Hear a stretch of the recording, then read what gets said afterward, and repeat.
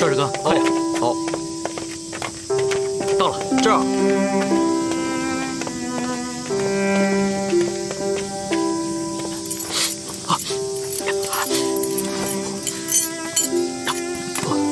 这锁烫的，能烙粉啊！大叔，大叔，二牛回来了。大叔，我是二牛啊，大叔。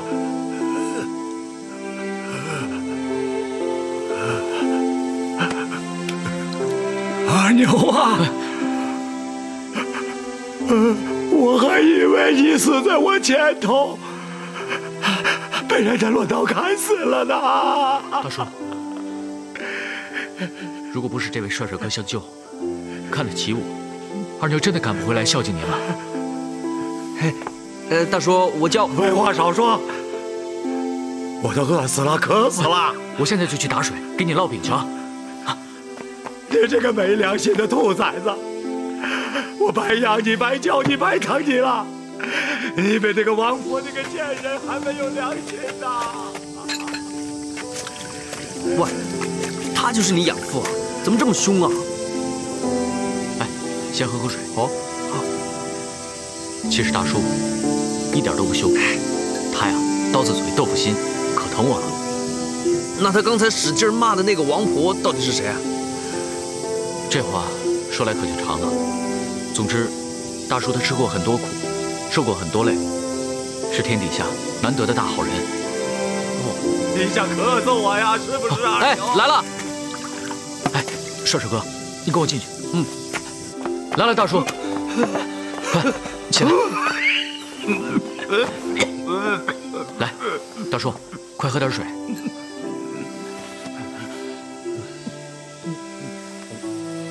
大叔，你看，这位帅哥呢，现在也走投无路了，咱们能不能把他收留了？我们两个一起跟你学烙饼，啊？就他这细皮嫩肉的，能干啥呀？肯吃苦就跟着我，不能吃苦趁早走路。吃苦？什么是吃苦？我什么都吃的啊，吃苦没问题啊，我这也吃那也吃，什么都吃，吃苦也行。太好了，帅哥，赶快拜见大叔啊！大叔！哎呀，不是这样的。来，大叔，您等下，跪下。干嘛要跪啊？大叔不喜欢店里的火气比他高，头低点，快，快。拜见，我们拜见你。拜见。行，赶快去干活吧。哎，好，走。哦。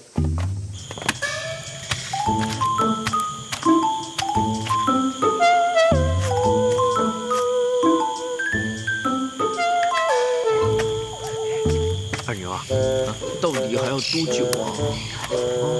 别着急啊。哎，我跟你说，等你下边的口水流到第10滴就差不多了。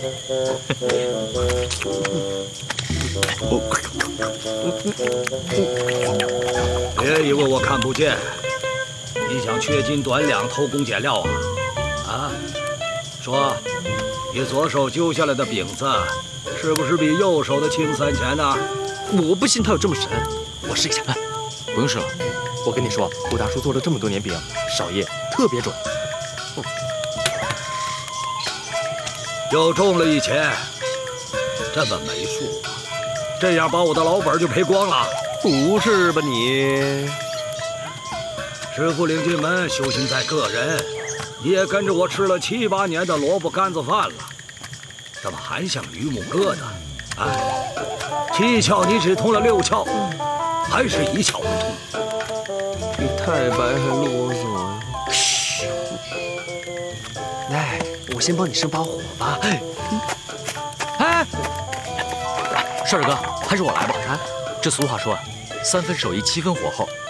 武大叔可说过，要选8根带皮的葱枝，根根都得8寸长、8分细、8成干、8处生烟、8节起火。这饼啊，就按8字花贴，8成熟就可以翻身了。你是新手，做不来的，省得再挨骂，我来吧。这样的话，我吃面粉算了。来，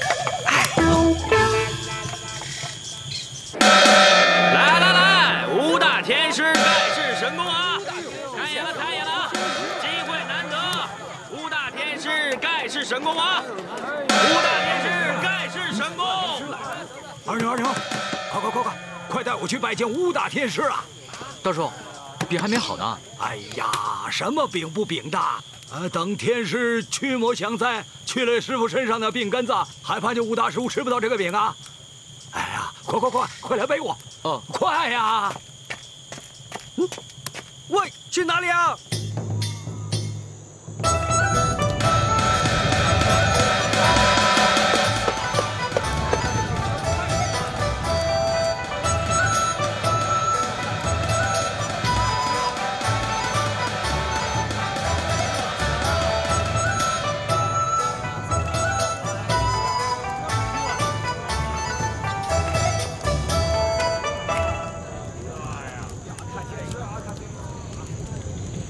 东边有个太阳，西边有个太阳。大家都知道，这一山不能存二虎，一女不能嫁二夫。现在呢，贡品有限，2个太阳只能留1个。成者王侯，败者寇。由我吴天师主持公道。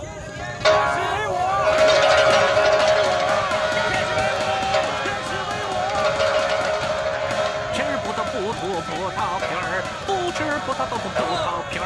今天晚上吃什么？草菇金针炖小鸡儿。吃葡萄不吐葡萄皮儿，不吃葡萄豆腐葡萄皮儿。今天晚上吃什么？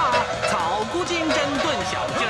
葡萄皮儿，草菇金针炖小鸡儿，炖小鸡儿，炖小鸡儿。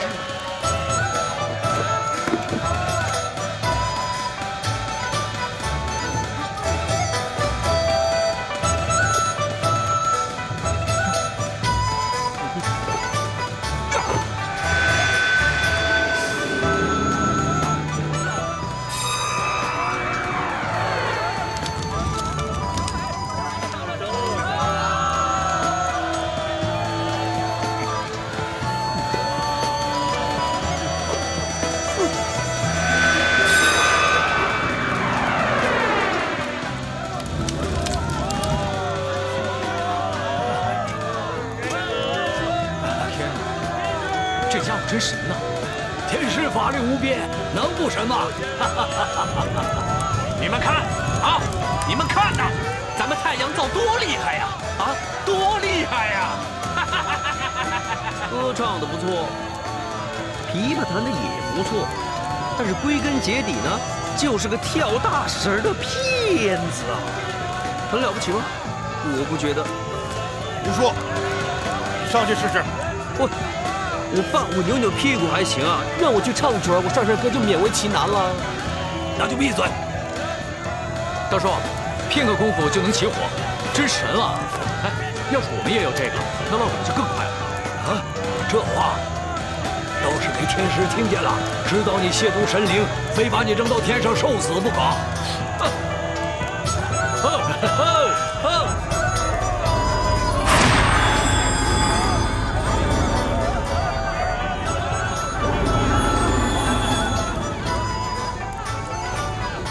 吴道叔，你看，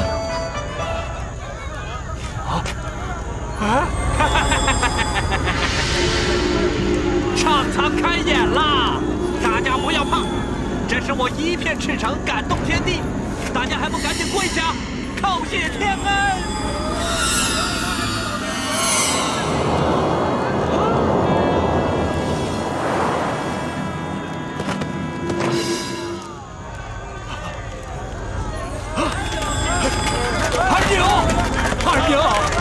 二牛，去。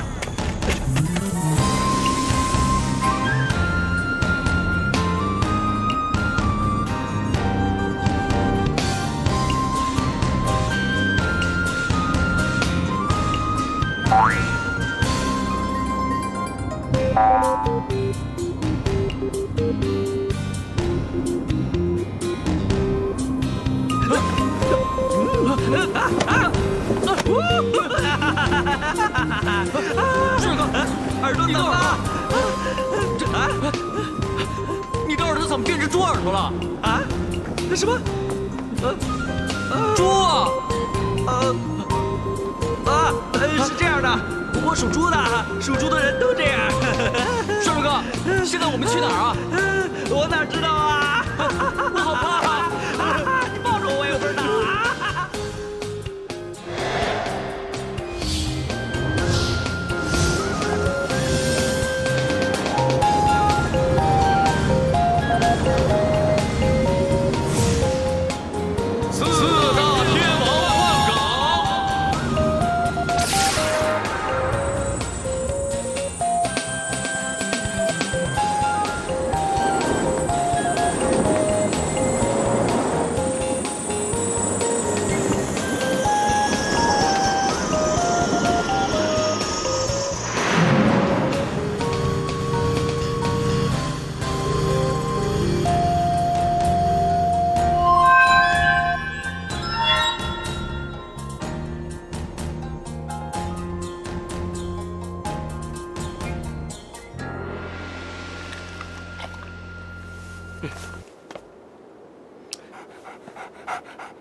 哎，二郎神啊，你养哮天犬虽然是玉帝御准的，但是你也得讲究天庭的礼仪呀。你这条狗经常这样舔我，你不觉得很恶心吗？啊？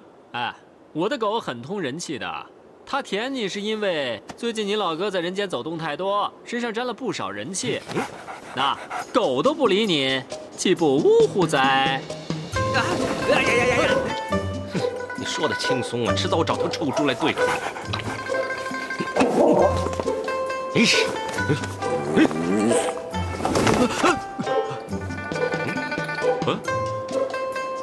哇，这是哪儿啊？怎么上面还有一个天呢？我只不过随便说说嘛，你这么快就来了，帅哥！神哥！哎呀，太好了，太好了！哎呀，怎么会在这里见到你啊？这是什么地方啊？这是天庭啊，不然你怎么会在这里见到我呢？我们上天了？是啊，上天？二牛，给你介绍一下，这位是神哥啊，我的兄弟，叫神哥。神哥，哎，神哥，你请我们上天有什么事？别说其他的，你就是二牛吧？跟我来。来，我给你介绍一下，这位是弼马温养马的啊，不是，他是二郎神，负责养狗的。神哥，你太逗了。是啊，你也姓二，他也姓二，那500年前会不会是一家呢？你真逗啊你啊！他也配姓二？走吧，大家等着看你的大本事呢。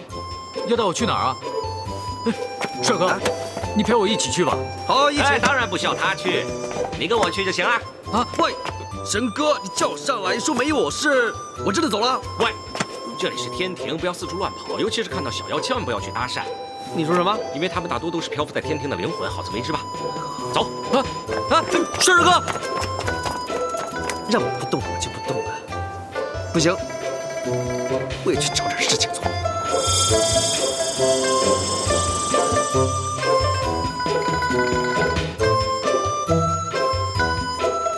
来，哎呀，走。闭嘴，大家都看着你。没事的，你就当做了一场梦，大不了醒来之后呢，继续做人，没事的。神哥，我想撒尿。你尽管放开胆子表现啊！来，有我们给你撑腰，你怕什么？来，先拜见玉帝哦，先拜见玉帝。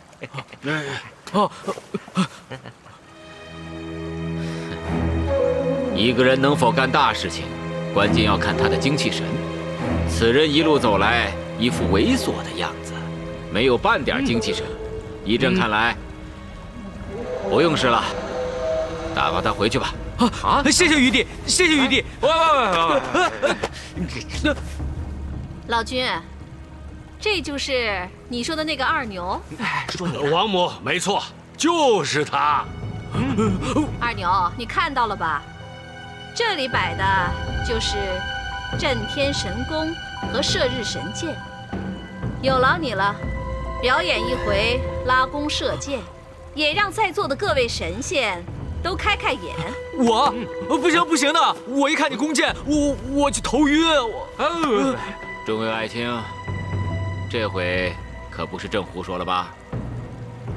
此人做大饼想必是个好手，可可拉弓射日实在是不行啊。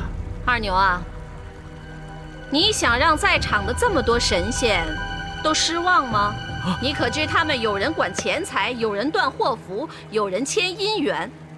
你有什么问题，他们都可以来帮你啊！这么厉害啊！海飞，不要吓坏了人家，啊，人家不愿意就不要勉强了嘛。赶紧拉弓！啊！不，拉弓！哎，不行，拉弓，不行，去吧！过来！感受一下，有什么回忆？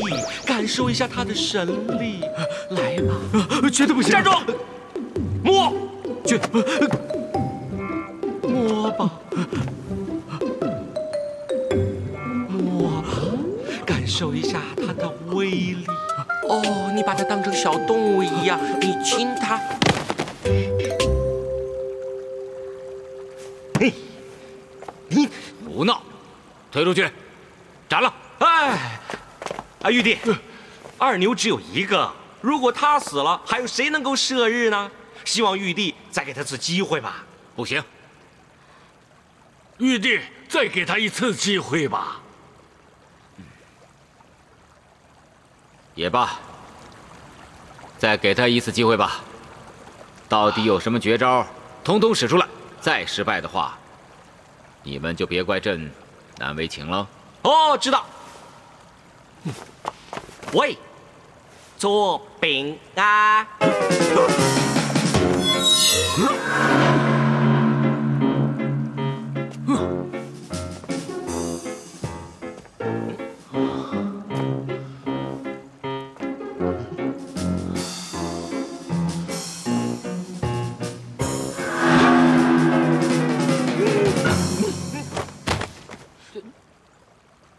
太白，这到底是怎么回事啊？简直是胡闹嘛！把他抬出去。哎，走吧。玉帝，二牛的体内确有惊天的神力，不过可惜的是，他投胎的时候喝了孟婆汤，他忘了自己的前世就是后羿，所以就算他有惊天神力，也施展不了。不过，有一个人可以重新唤醒他的神力。好了，不必如此费劲了，朕另有射日人选。哎呀，玉帝，要注意礼仪嘛，让太白把话说完呢。好吧，太白，你继续说吧。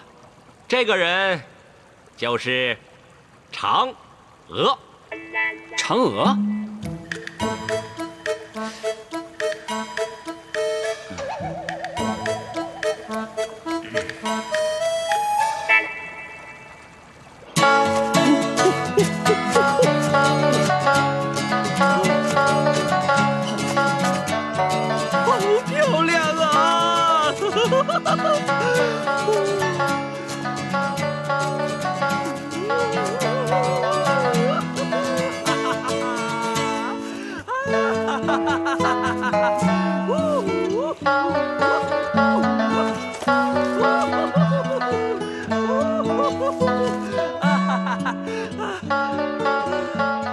你没事吧？只有姐姐最疼你了。谁啊？你知不知道啊？以后啊，不许乱跑了。姐姐？什么姐姐啊？你要记住啊，以后不许乱跑。你还疼吗？没事了吧？我没事啊。你在哪里啊？以后啊，不准淘气了。要是摔坏了哪里，姐姐会心疼的。我没事的。但是你在哪儿啊？来，让姐姐看看。好乖，亲亲。亲我？人家会不好意思的。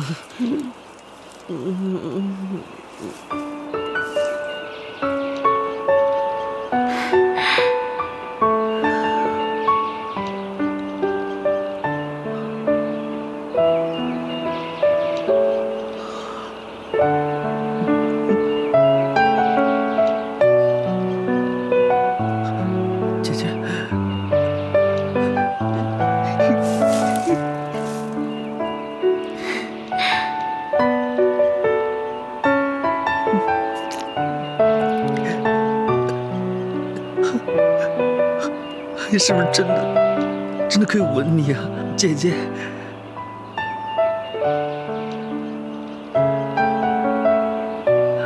姐姐，姐姐，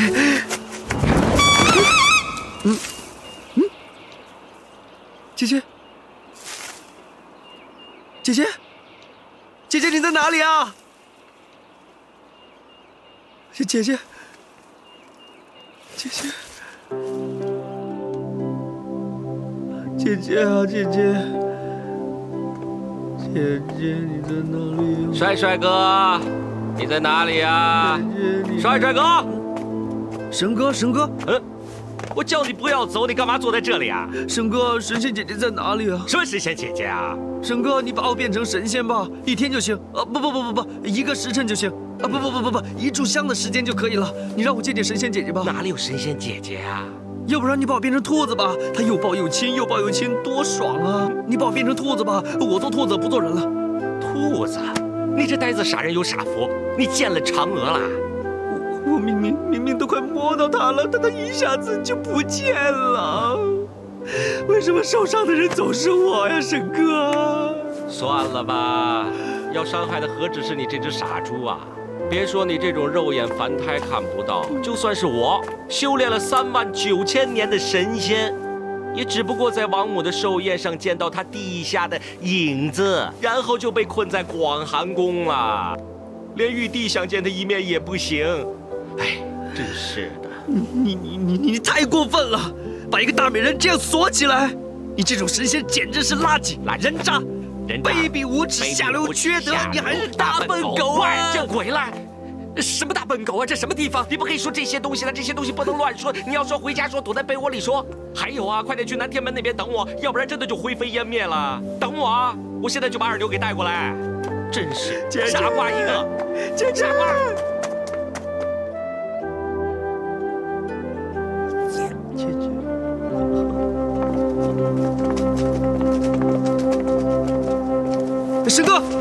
神哥，你回来了，你回来就好了。你说的1个时辰就会灰飞烟灭，现在快1个时辰了，你赶快把我推下去吧，我很爱惜生命的。你不用急，距离1个时辰还有2炷香的时间，慢慢在这里等吧。醒了，二牛，二牛，怎么我又在这儿？这是哪儿啊？好好照顾你的朋友，记住时间到了，如果不走，你们2个肯定会灰飞烟灭的。本大仙有要紧的事去做。喂，神哥，你还没有告诉我该怎么下去啊？你怎么来就怎么走呗。怎么来怎么走？喂，二牛，你干什么？你看你腿都软了，你刚才到底干了些啥？怎么会这么磨蹭啊？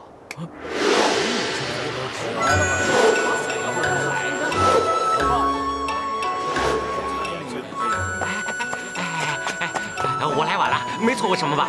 还没到呢。哎，我跟你们说啊，我们终于可以再一次一睹嫦娥姑娘的绝世容颜了，激动啊！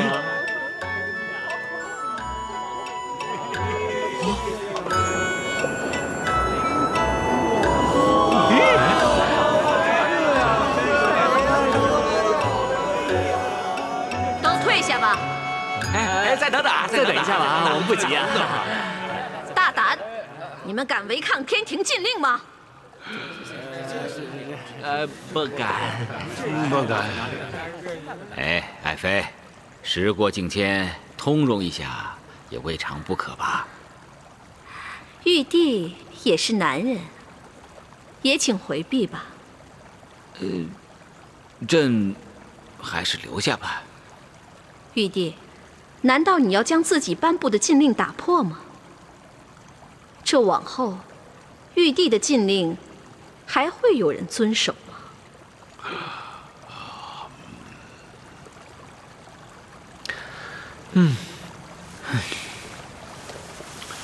罢了，众爱卿，与朕一起回避一下吧。唉，这绝世的美人还是看不到真容啊。太遗憾了。走吧。太遗憾了。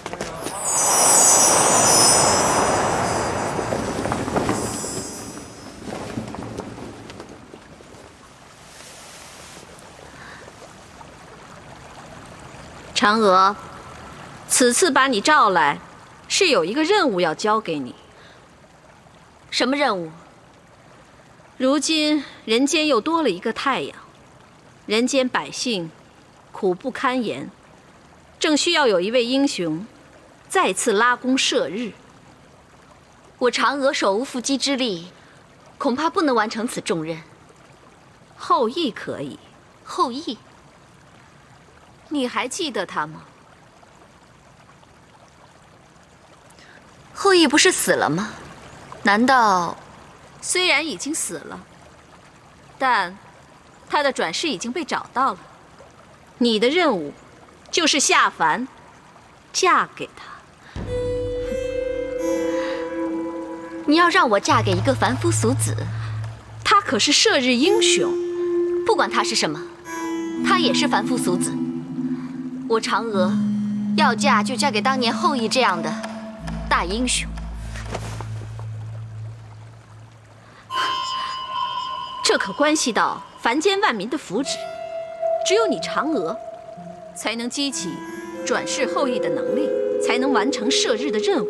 你不必再说了，我被关在广寒宫之中，受尽了人间最苦最悲之事，谁来关心过我？我又为什么要去管别人？要我嫁这样的凡人，绝不可能。哼，岂有此理！这个嫦娥竟敢违抗王母的命令！行了，别在后面躲着了，出来吧。拜见王母娘娘。都听见了？听见了，但是绝对什么都没看见。行了行了，就算看见也没有人治你的罪。那你说说吧，这事儿该怎么办啊？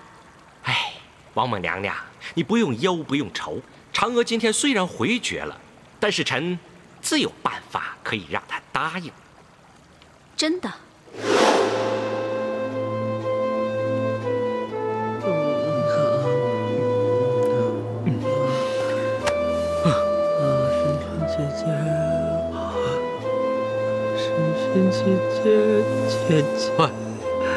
喂，帅帅哥，你怎么好像神不守舍的样子啊？我在想我的神仙姐姐啊。那是不是长得很漂亮？当然很漂亮了，全世界的女子加起来都不及她的一半，啊不，连指甲盖儿都不及，啊不，是连小拇指的指甲盖儿都不及。哦，姐姐。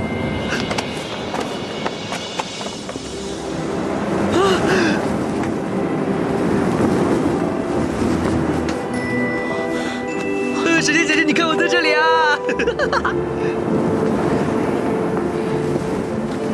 喂，神仙姐姐，等等我！喂！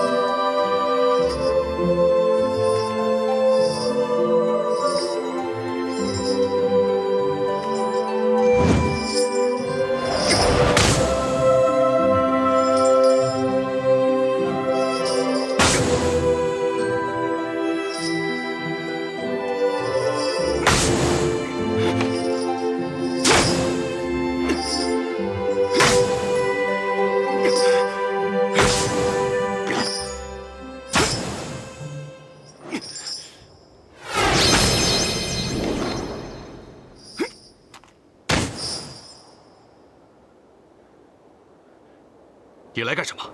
还是回去吧。吴刚，这么多年，你受苦了。别人可以安慰我，但你没有资格。这一切都是拜你所赐。当初惩罚你，并非我所愿，群臣要求如此，我也没有办法。尽管我身为玉帝，但是有很多事情我并不能一意孤行，要不然很快就会有人不服。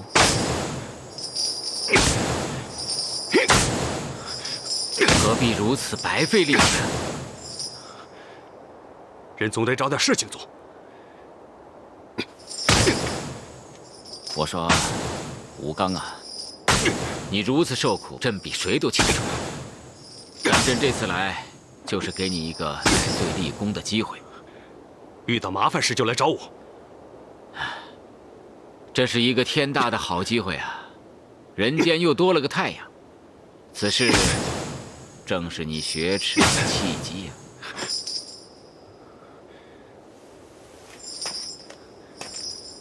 当年你一直跟我争抢射日的任务，这次为什么不自己去？唉，朕老了，这些年来养尊处优，没长肉，光长膘了。治理好天庭我没问题，可是拉弓射日，我真的是不行了。不像你啊，天天砍树锻炼身体，瞧瞧你这满身的腱子肉，真是让朕想起当年勇啊！吴刚，只要你答应去执行射日的任务，成功之后，朕必定还你自由。自由又如何？没有嫦娥的自由，就不是真正的自由。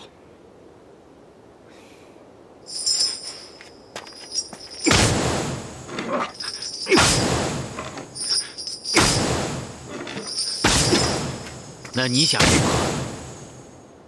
我要嫦娥重新记起我，给她喝忘情水的解药。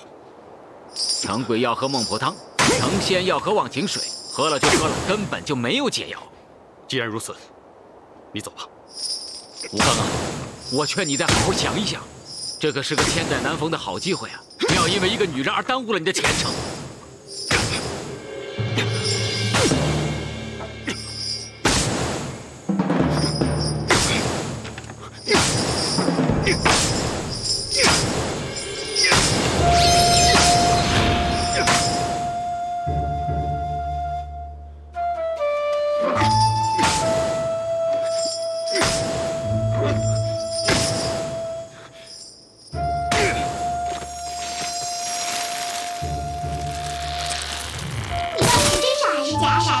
以前的我真的是很傻，但现在不会了。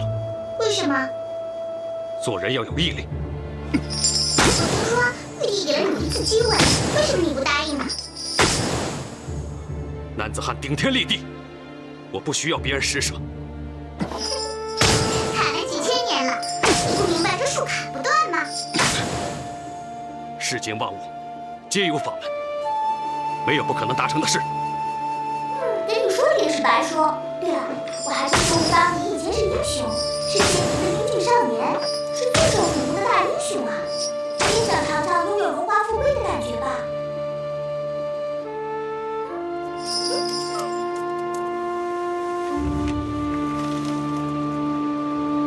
我唯一的愿望，就是能跟嫦娥长相厮守，其他的全都视为粪土。别怪我不提醒你，嫦娥姐姐刚刚被召去天宫，可能就要下凡了。为什么？具体内情我也不晓得，不过我跟嫦娥姐姐情投意合，她每天都不离开我，就算下凡也会带着我。你嘛，就可怜了，一个人慢慢砍树吧。不可以，不可以！跟你斗了这么多年的嘴，你这人虽然很讨厌，但也算是老熟人。我劝你忘记他吧，他根本就不记得你了。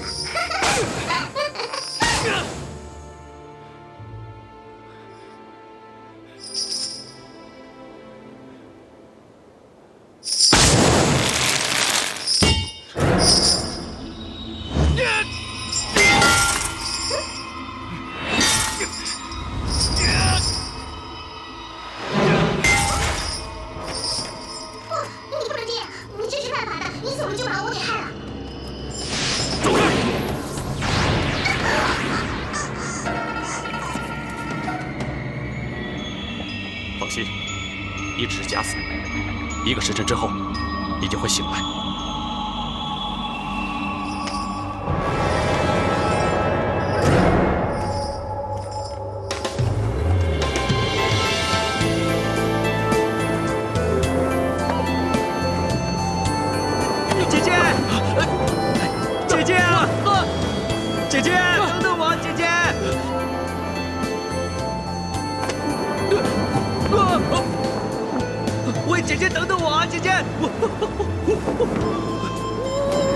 姐姐，等等我，姐姐！哎呀，姐姐，等等我，姐姐！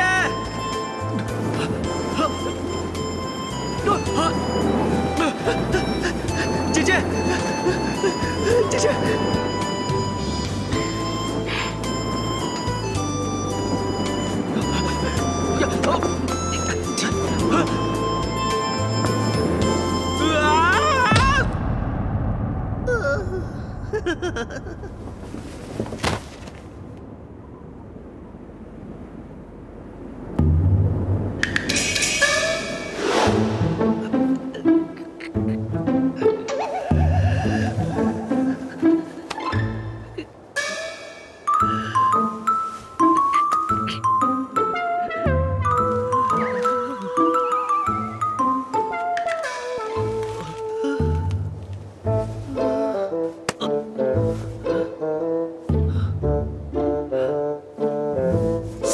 苹果水蜜桃啊！无缘无故出现这么一个东西抓我下来，真是的！哎，嫦娥姐姐，你……痛死我了！怎么会有只兔子趴在这里啊？就是不要忍了。没有心跳喽。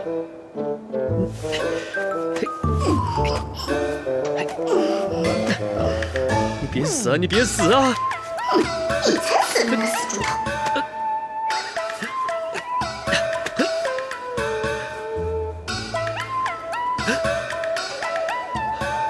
谁这么狠心对你下如此毒手啊，小兔子啊！你今天遇到我，也算是缘分。这样吧，我就把你好好的安葬了吧。啊，惨了！嫦娥，嫦娥，嫦娥，嫦娥，嫦娥。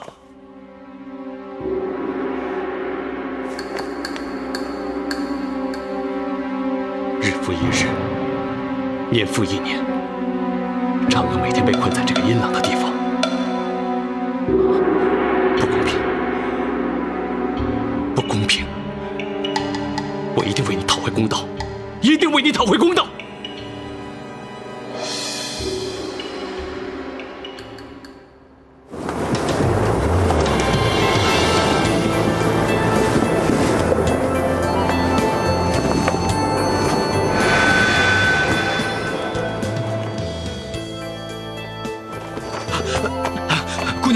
等等，你是谁啊？你怎么会在这儿？你这人真没礼貌。对不起，姑娘，我好像认识你。你认识我？我们在哪儿见过？我想不起来了，所以我想问问你，你认识我吗？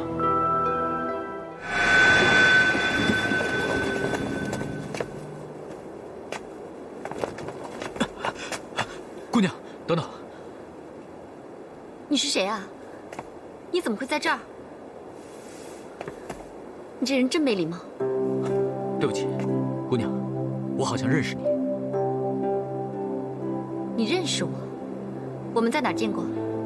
我想不起来了，所以我想问问你，你认识我吗？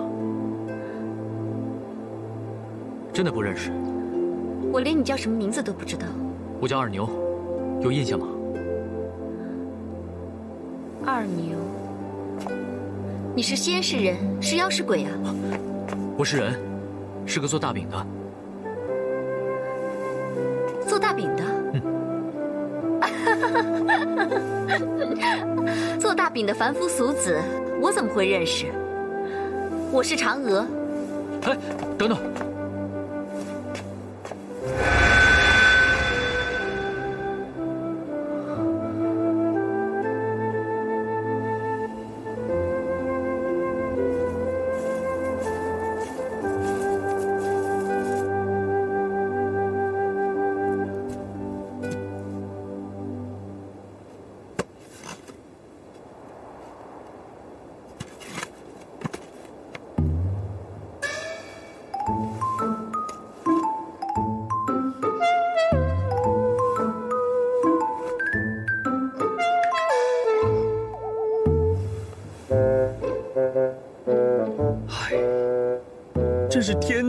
英才，英年早逝啊！谁来救救我呀？我不想死！吴刚，你这个坏人！你放心吧，我一定将你的墓做得天衣无缝，不会让人知道里面有一个墓，当然也不会有人来盗你的墓喽。你害得我让帅帅哥躲进洞，我恨死你了！那我知道小白兔呢最喜欢吃萝卜了，我回了凡间会烧给你的。救命啊！救命啊！救命啊！还有啊，如果你有什么需要的话呢，每晚子时我就睡觉了，你可以托梦告诉我的。哎，你好好安息吧。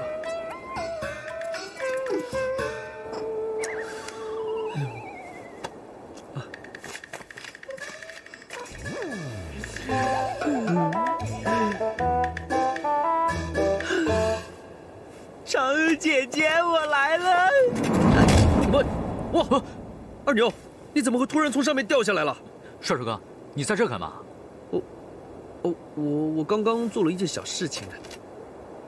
哦，啊，对了，嫦娥姐姐呢？她不认识我。嘿，不认识你很正常吗？你是谁呀？不就是个做饼的吗？对不对？是啊，可是我觉得她好面熟啊。哎，让我来试一下，嫦娥姐姐！哎，神哥，你怎么突然出现在这里啊？我来呢是想告诉你知道，如果这炷香烧完你还不走的话呢，那么你们就会灰飞烟灭，永不超生。喂，那你还吹？那你们还不快走？救命啊！救命啊！救命啊！喂，我有那么恐怖吗？怎么都跑了？这是棺材呀！救命啊！哇！二牛，没事吧？憋死我了！起来！憋死我了！你那么脏啊！憋死我了！这怎么回事？我们怎么睡在棺材里了？我怎么知道啊？啊，难道是那个天师搞的鬼？哦，哎，我好像也做了一个好长好长的梦，我梦见在一个金碧辉煌的大殿里，而且有好多神仙，他们让我拉弓，让我烙饼什么的。你这算什么啊？我呀，梦见一个大美人，对我又抱又亲的，嘿嘿嘿。哎，不过跟你说也没用，反正你也不懂。我怎么不懂啊？这肯定是跟我烙饼一样让你流口水的东西吧？哎呀，大哥，这么美的事怎么能用大饼来相提并论呢？哎，不过说真的，真的有点饿了。走，咱们回家吃大饼去。走啊！天杀的二牛啊！你的良心被烤吃了呀！师父，我是风烛残年，膝下无亲呐。你一不为我传宗接代，二不为我养老送终，三不为我继承家业，让我们天下第一名的赫赫大名就这样烟消云散了。你让我这白发人送你这黑发鬼呀！你好意思吗？喂，这个老家伙对着灵牌都还在骂人呢，太不地道了。二牛，大叔，二牛不孝，让你伤心了。你这个天杀的二牛啊！哎，大叔，你怎么就这么走了呢？快啊！大叔，我不是鬼，我是你的徒弟二牛啊！大叔，我是鬼啊！我要吃豆沙饼啊！要吃豆沙饼，你给不给？给！我要吃韭菜饼，你给不给我？都给！我要吃芝麻饼，你给不给我？我跟你们唠，你们吃完了就走，别缠着我呀！我要吃了你！大叔，吃了你！啊！吃了你！大叔骂你的话都是无心的，大叔，你可千万别往心里去啊！你就是做鬼做魂，也得替活人想想啊！你别吓我好不好？大叔，我没骗你，我不是鬼，你看你真的能跑啊！我真能跑啊！真的，你看你都能站起来了，大叔。你看你有影子，我也有影子，帅帅哥也有影子，所以我们不是鬼。你们真不是鬼？哪能这么多鬼啊？二牛啊！大叔，你很傻的二牛啊！你可把大叔给吓死了！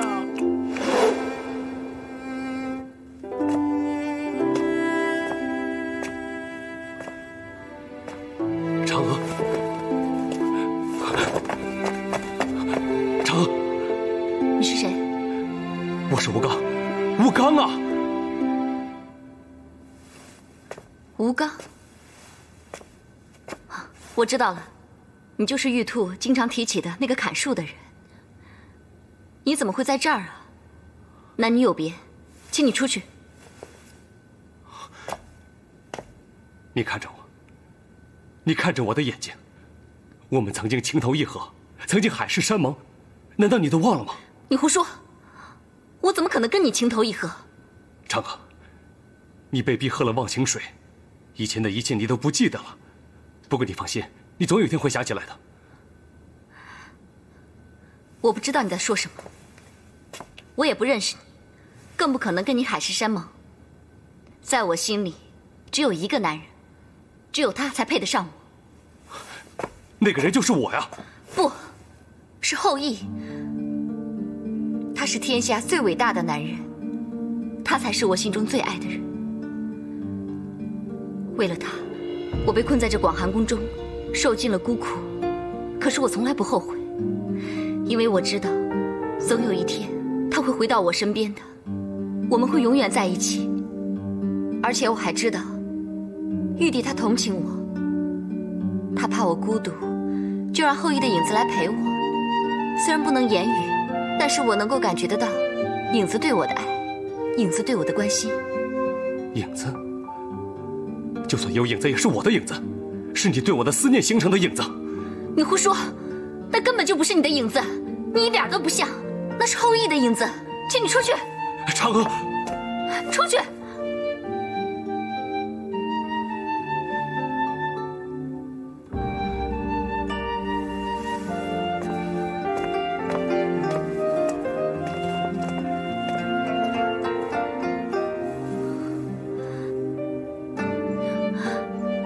有这种自不量力的男人，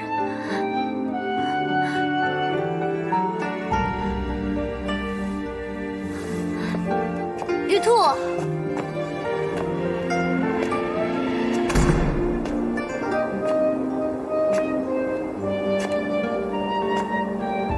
玉兔，我回来了，你出来吧，出来吧。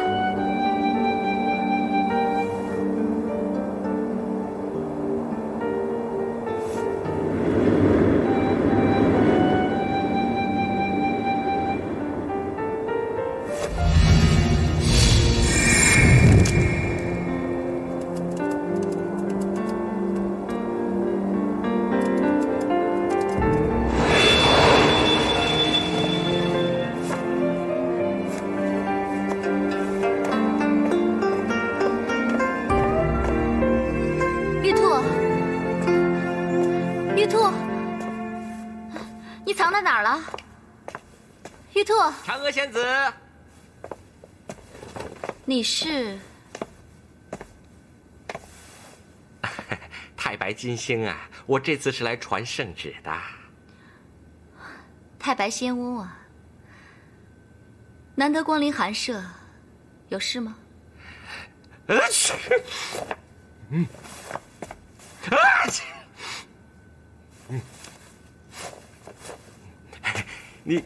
你说的没错，这里真是又冷又寒呐。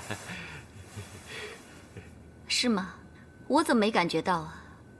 可能在这儿待久了吧，心都凉了。再寒冷也没有感觉了。不过这里挺干净的。干净？我看是寂静吧。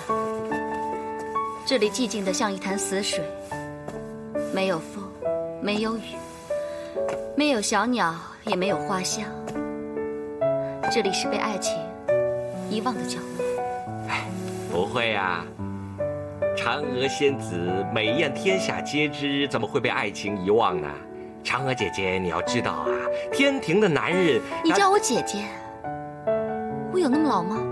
哦，没有，其实姐姐只是尊称，应该是嫦娥仙子，美艳无比的嫦娥仙子，天庭里的男人所美艳。美是什么？啊，美呢，就是人见人爱，过目不忘。美是什么呀？美是要有人欣赏，美是要有人疼爱，美是要有人抚慰的。什么？让嫦娥下凡去找后羿？天庭全是一群混蛋！只有我心里最清楚，美是祸水，美是灾难，美是罪过，美是深渊苦海。啊，美是。哎呀，平时咋不多背点诗词呢？不然就可以应酬几句啊！对不起啊。喝杯热茶吧。啊，谢谢。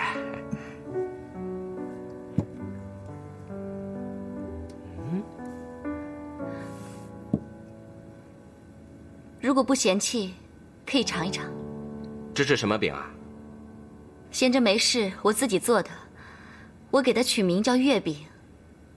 每年8月15，月亮最圆的时候，我就吃这个月饼，图个团圆。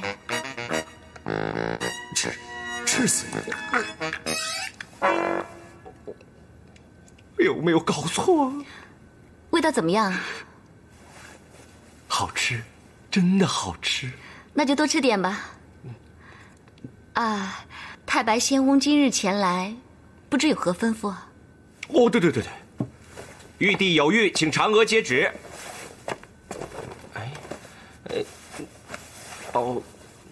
你有没有看到我那份圣旨啊？是什么样的？黄色的，有一条龙那么大块的。想让嫦娥嫁给后羿，做梦！哎，是那块吗？就不让你读。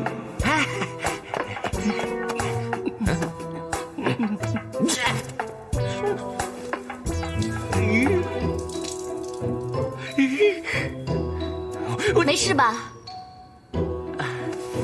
没事，挺可爱。嫦娥接旨，听闻人间传讯，天上又多出一个太阳，涂炭生灵，殃害百姓。朕亲命你速下人间，找回后羿之转世脱身，尽己之力唤醒其神勇，重设毒日。钦此。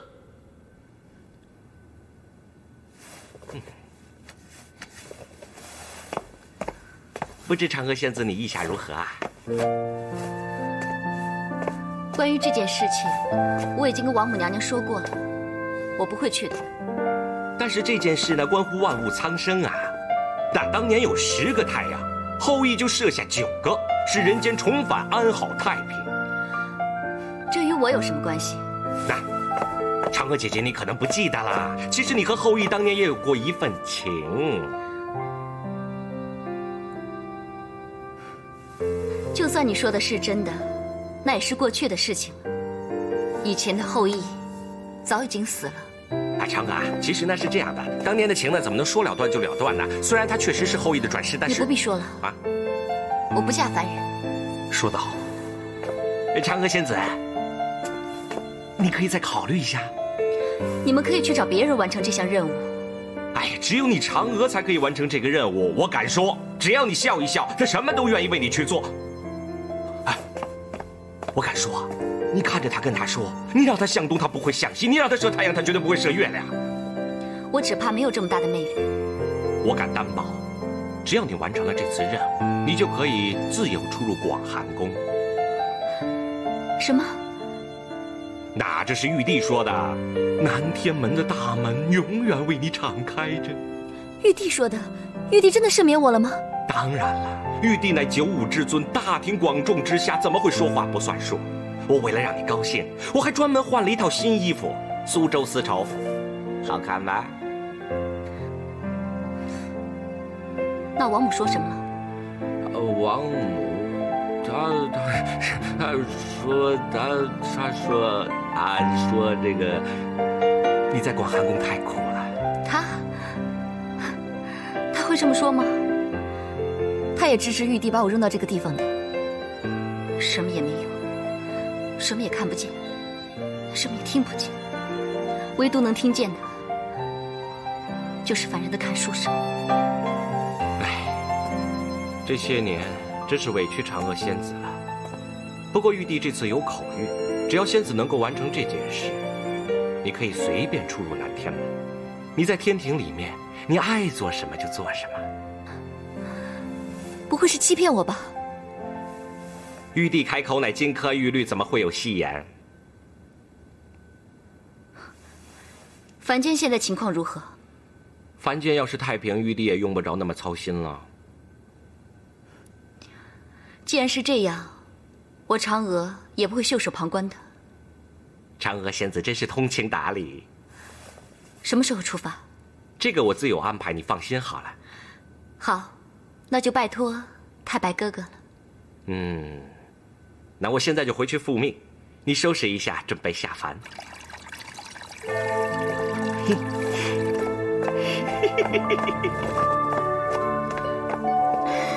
玉兔，玉兔，玉兔，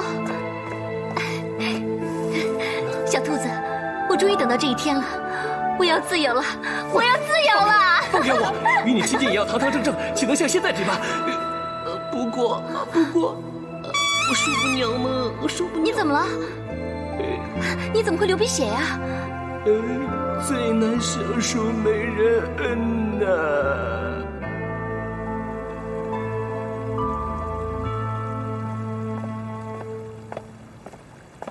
启禀玉帝王母，幸不辱命，嫦娥已经答应下凡了。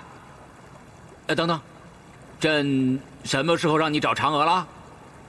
就是刚才下的旨啊。玉帝，难道你忘记了？无妨无妨，就算是忘记了也没有关系，只要事情办成了就好。玉帝，你说是吧？我可是记得玉帝说过，射日啊是立天立地的大事，您总不会认为太白办得不妥吧？不，办得好，办得好，多谢玉帝夸奖。太白啊，嫦娥就这么轻易的答应了吗？她有没有提什么要求啊？她提了，她说事成之后呢，要自由的出入天庭啊，不再受困于广寒宫。那太白就答应她了。好。